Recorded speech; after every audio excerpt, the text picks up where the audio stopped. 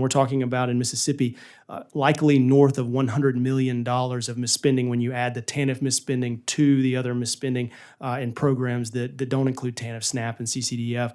So began Mississippi State Auditor Shad White's testimony to a subcommittee of the powerful House Ways and Means Committee in the U.S. Congress, where the committee's chairman made a shocking revelation about the program called Temporary Assistance for Needy Families. Non-assistance funding constitutes the majority of the TANF block grant, nearly 78% of combined federal and state spending.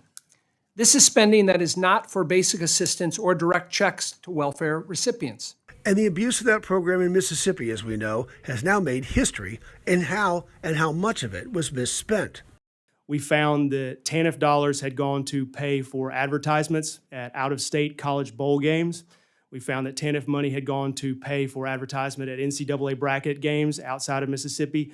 We found that TANF dollars had gone to pay celebrities and athletes in Mississippi with little or no work product required.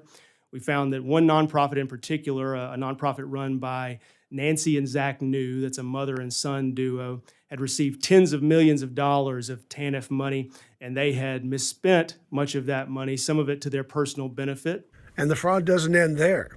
Dollars were going to entities and causes where there was no real proof that anyone participating in an event was needy.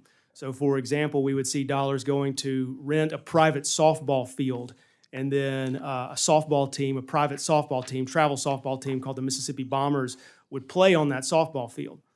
And when we asked, is anybody on that softball team needy? The answer was, well, no, but TANF dollars can go to folks who are not needy, so maybe it's okay that this happened. And also, the softball field is in Jackson, and Jackson metro area is home to tons of needy folks, so that was the justification. The fraud also didn't all happen in Mississippi. During our last hearing, my friend from Wisconsin, Ms. Moore, shared her concern about how states are using TANF money and commented about questionable use of funds in Wisconsin for luxury apartments.